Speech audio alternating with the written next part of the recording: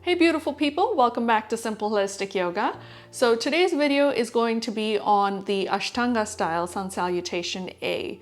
And this video is going to be broken up into two parts. The first half of the video is going to be a little slow. It's going to be more like a tutorial. So we're going to break it down pose by pose. We're going to go through all the foundational cues and the alignment that you need to know to get comfortable in your poses. And the second half of the video is going to be a little faster paced. That's going to be more like a practice session. So once you've mastered your postures and you know your alignment, you could just jump straight to the practice session and maybe just flow until you glow. So I have included in the description the timeline at which the practice session starts. That way, if you are already familiar with your Sun Salutation and you just want to practice, you don't have to guesstimate. You could just fast forward to that part. So whenever you are ready, just grab your mats and we will get started.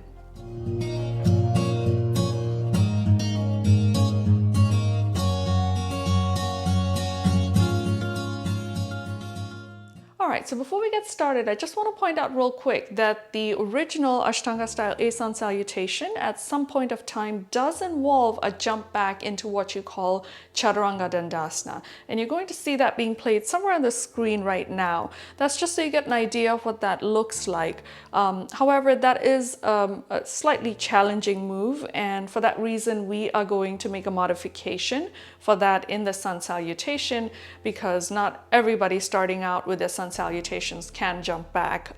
It's very well doable. It's just something that requires more practice and a little more strength. So we are going to make a modification for this in this video, but if for any reason your physical level of fitness allows you to jump back, then by all means go for it, but just be intuitive with all your movements and be safe with your practice. So let's get started. So the very first posture in your Sun Salutation A is going to be Tadasana, the mountain pose. Now your mountain pose, you could either stand with your feet together or you could stand with your feet hip width apart. Whichever way you stand in, you want to make sure that you're grounding down firmly through all four corners of your feet. Once you're grounded down firmly, you want to start to activate your legs. How you're going to do that is you're going to slowly lift up through your kneecaps. So gentle lift in your knees, that's going to activate your quadriceps. Now from here, your lower half of the body should actually feel rock solid. This is what you call hugging your muscles to your bones. So you'll hear this a lot in yoga. So you want to feel nice and solid, very strongly planted down onto the mat. From here, you want to draw your lower belly in towards your back body. Now, when you do that, you want to make sure that your tailbone here is not sticking out. You want to tuck your tailbone down and under towards the floor. So once you've done that and you tuck your lower belly in towards your back body, you'll notice this natural lift alongside your body. So you want to find that lift in your spine, but you want to keep your shoulders down and away from your ears. So just keeping your shoulders down and away from your ears. Your hands can be by your side or palms facing forward, whichever option works best for you. You want to keep your chin parallel to the mat, gaze right forward, and then just take a few deep breaths in this posture. This is what you call Tadasana or mountain pose. So this is your active mountain pose versus just standing limp, not engaging any muscles and just standing, straight. So there's a lot more that catches the eye here. There's a lot of work you need to do inside the body to be in an active Tadasana. So we're going to go through that real quick again. Ground down firmly through all four corners of your feet. Lift up through your kneecaps. Engage your quadriceps. Lower belly draws in towards the back body. Nice long lift alongside your body. Shoulders down and away from your ears. Palms facing forward or by your side. Chin parallel to the mat. And then simply gaze forward. That's your active Tadasana. Next step is growing tall, even taller actually, tall mountain. How you do that is you're going to lift your arms up and overhead, fingertips reaching up, but your shoulders are down. Now, there are a couple different ways where people like to lift their hands. Some people like to do it the way that I just showed you, which is just lifting your hands up alongside your body. Some people like to lift their arms up by bringing them forward. And some people like to lift their arms by bringing them forward and then taking it into a back bend by bringing their palms to touch. So that's going to look something like this. So just play around with this part. Just see what works best for you. So try it different ways. See what resonates better with you, what your body feels comfortable doing, and then find your flow. So that was our second posture. That was the tall mountain. The third one is where you fold forward into Uttanasana. So from here, you're going to fold forward. When you fold forward, you want to hinge from your hips and you want to lead with your chest. And then once you're there, you want to finally release the crown of your head as best as it can towards the floor. Now, when you fold forward, if you have very tight hamstrings, it's okay to maintain a gentle bend in your knees. That's completely fine. What's very important, however, is that when you are folding forward, you want to hinge from your hips and you want to lead with your chest. So you want to feel as if there is a string attached to your chest and someone is pulling that string towards them and they're standing really far away from you. And that you can't move your feet because remember, you're grounding down firmly through your feet. The only place that you can move or hinge from is from your hips. That's the only place that you can bend from when you start out. So here's what you want to visualize. You want to visualize that. Maybe put one hand on your hip and the other on your chest just to visualize as if you have that string pulling you. So when you're folding, keep your spine nice and long. Hinge only from your hips. Lead with your chest until you get to the point where your chest can't reach any more forward, and only then you're going to slowly start to fold forward. You want to try to maintain that spine as straight as it can be, and then finally fold forward. Release the crown of your head towards the mat. And again, if that is too tight on your hamstrings, you can have a small generous bend in your knee. Small bend, generous bend, whatever works for you, that's completely fine. And you can place your hands on the mat, on the shins, or even blocks if you have your blocks for support. Now, the fourth asana or posture is going to be lifting halfway up. When you lift halfway up, this is where your legs must be straight. So you're going to lift halfway up, legs are straight, spine is long, so a straight line from the base of your spine all the way to the crown of your head. Now, if your hands don't make it to the mat, that's completely fine. Generally, when people straighten their legs, it takes away some of that height and doesn't make the ground very accessible. That's completely fine. In that case, you're just going to place your hands anywhere on your shins or legs that you comfortably can reach. Or if you do happen to have blocks or shoe boxes or a stack of books, use that for support. And that's what you're going to use just to bring the earth closer to you. Now, the next posture from here is the plank pose. So to reach your plank pose, you are going to now place your hands on the mat.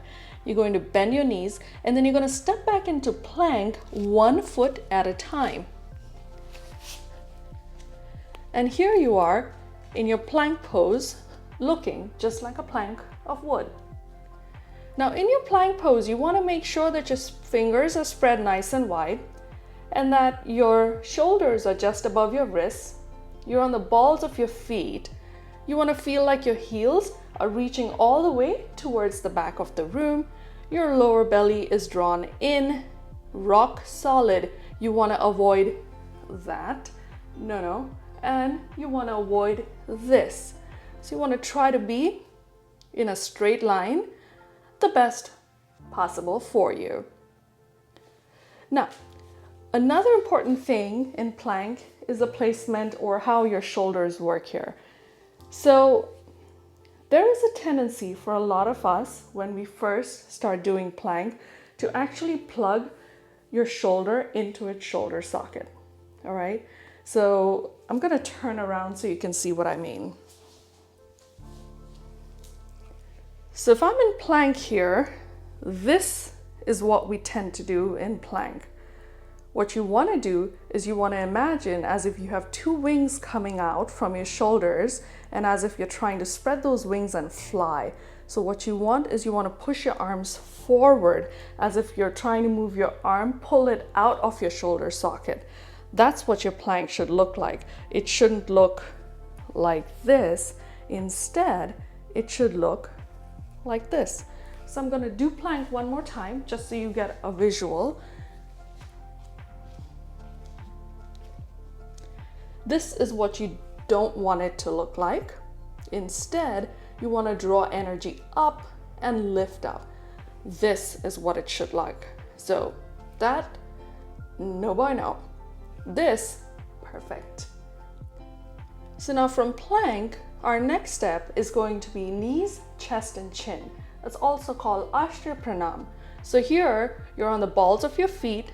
Your hands are planted firmly onto the mat. Now you're going to lower your knees. So you're going to soften your knees onto the mat. You're going to untuck your toes, and then you're only going to lower your chest and chin onto the mat. So that's going to look like this.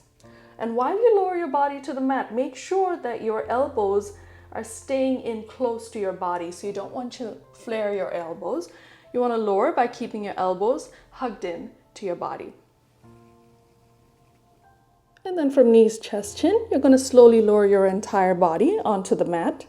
Now from here, you have two options. You're either going to lift up into baby cobra, or you're going to lift up into upward facing dog. So if you're lifting up into baby cobra, you're going to press into the tops of your feet. You're going to press into your hands. Again, making sure that your elbows are hugged in close to your body, and they're going to lift your chest off of the mat into this nice small back bend baby cobra. If you wish to lift up into upward facing dog, then you're going to press into your hands even harder. You're going to press into the tops of your feet, and you're going to lift your thighs off of the mat, peel your belly off of the mat, and find yourself in upward facing dog. From there, next step, tucking your toes under and lifting your hips up and moving into downward facing dog. Now, when you're in downward facing dog, you want to make sure that your fingers are spread nice and wide. You want to press down firmly, especially through your thumb and index finger. You want to draw energy up your arms.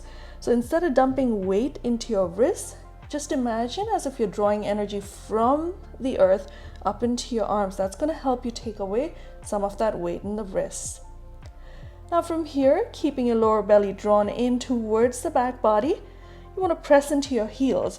So your destination isn't important. If your heels don't make it to the mat, that's completely fine. But by pressing your heels, you're actually engaging your hamstrings, and that's what you want. Take a deep breath in. And deep breath out. And then from here, you're going to look at the space in between your hands, and you're going to slowly walk your feet forward in between your hands and fold forward into what you call Uttanasana that we did earlier. Again, having a small bend in the knee if that's what you need, or a deep bend in the knee if that's what you need. And then from here, you're going to press into your feet, and you're going to rise up into tall mountain once again. And then as you exhale, you're going to bring your hands to your heart center and then release your palms by your side. So now we are going to do this one more time, and we will start to link it with our breath. So again, your choice here, whether you want to stand with your feet together or with your feet hip width apart.